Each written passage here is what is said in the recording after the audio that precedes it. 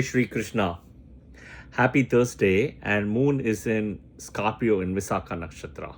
So, I'm going to be touching a very important topic from BPHS, okay, called blocking planets conjunction in Vedic astrology.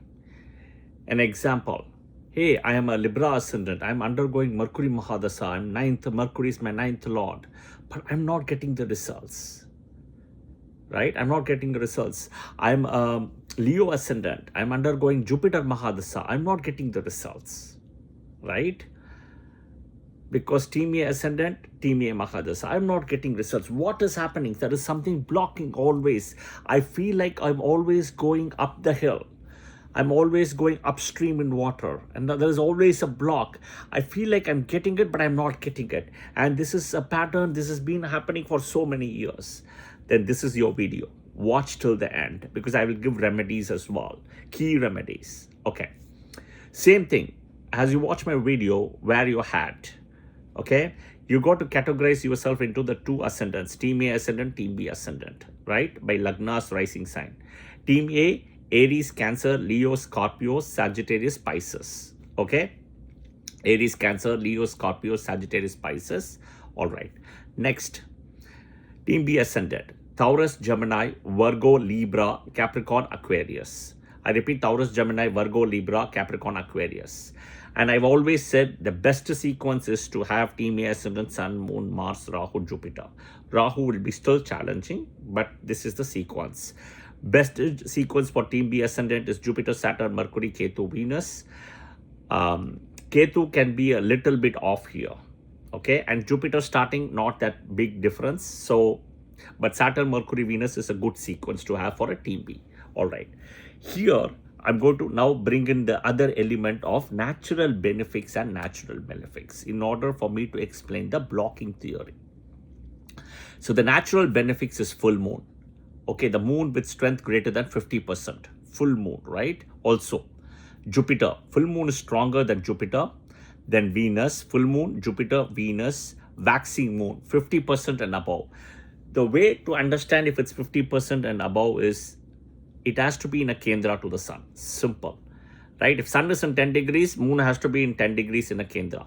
Sun is in Cancer, moon has to be in 10 degrees in Libra, right? Which is Swati Nakshatra. Right? Sun is in, and the moon becomes a benefic, waxing 50% exactly. And then when sun is in 10 degrees in Cancer, Capricorn 10 degrees, right? You will have the full moon, okay?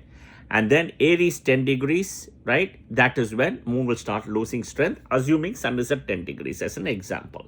So I'm giving all the Kendra positions: Cancer, Libra, Capricorn, Aries. All right, okay? So if it is in Cancer, sun is in Cancer, moon is in Libra, it's waxing moon. Capricorn, full moon. And then Aries, waning moon. All right, okay. And then Mercury, independent. Mercury has to be alone. Okay, you got to let go Mercury. Mercury cannot be with anybody. Okay. Natural malefics: Rahu, Ketu, Saturn, no moon, Amavasya, new moon, which has just come out of an Amavasya, and a moon which is, waning or basically below 50% strength. Below 50% is not yet, the 50%, the Kendra positions I mentioned, and Mercury with malefics. Okay. Blocking energy. So how to explain blocking energy? Very simple. Okay. In a room, think of a theater hall. Best example, theater hall. Okay. When the movie is going to start, the lights are all off, right? And it's all becomes dark because the movie is starting. So the lights typically is not on when the movie is on. So this is a blocking energy example, right? Movie is on, lights are off. Then interval is on, interval is on, movie is off, lights are on. You see? Okay? How this works? So movie, theater, when the movie starts, the lights are all off completely.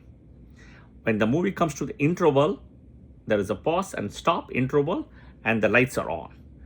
The lights are not on during the movie because it's a blocking energy, because it's too bright and you just cannot see that movie effect, right? So this is blocking energy. Perfect example, right? The natural benefics, right? Think about the natural benefics. The natural malefics are blocking. So there is a pair to it. Everybody has a pair. Ketu is excluded in this. This is the most important thing. Ketu is again excluded, guys. Watch it out. So for Jupiter, Guru, Brihaspati, the Karakas Dharma. For Rahu, the Karakas Adharma. So the Rahu blocking Jupiter. Okay. Rahu is the planet which will block Jupiter. Dharma, Adharma. Okay. Next, Venus, Shukra, Guru is the light giver. Okay. Another Guru like Jupiter, Shukra. Okay. But Sun is so bright that Venus is so small when compared to the Sun, and it's so less bright. So you really cannot see Venus at all, right? That's why Venus is called a morning star or an evening star, right? So again, if you see, Sun is a blocking planet for Venus. Okay. So Jupiter Rahu conjunctions are very, very difficult. Very difficult. Okay. Conjunctions are very difficult. Jupiter Rahu. Same thing, Venus Sun conjunction is very difficult. But let me explain to the end. Moon, next is Moon Saturn. Moon is a very fast moving planet. Saturn is the slowest moving planet. See the opposing energies, like I mentioned about the theater and the movie hall earlier. Moon fast moving planet, Saturn is the slowest moving planet, exactly opposite. Okay. So Moon Saturn conjunctions and all, it's called Vish Yoga and all, but Moon Saturn is not good. Okay. Decision making and all is a problem for them. Next is Mercury and Mars. So you see Jupiter, Rahu, Venus, Sun, Moon, Saturn, Mercury, Mars. So you see how I am putting benefics here and malefics here.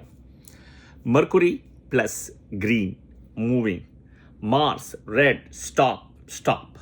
You see the block, stop. In the red signal, you have to stop. Plus and minus. Okay? Okay.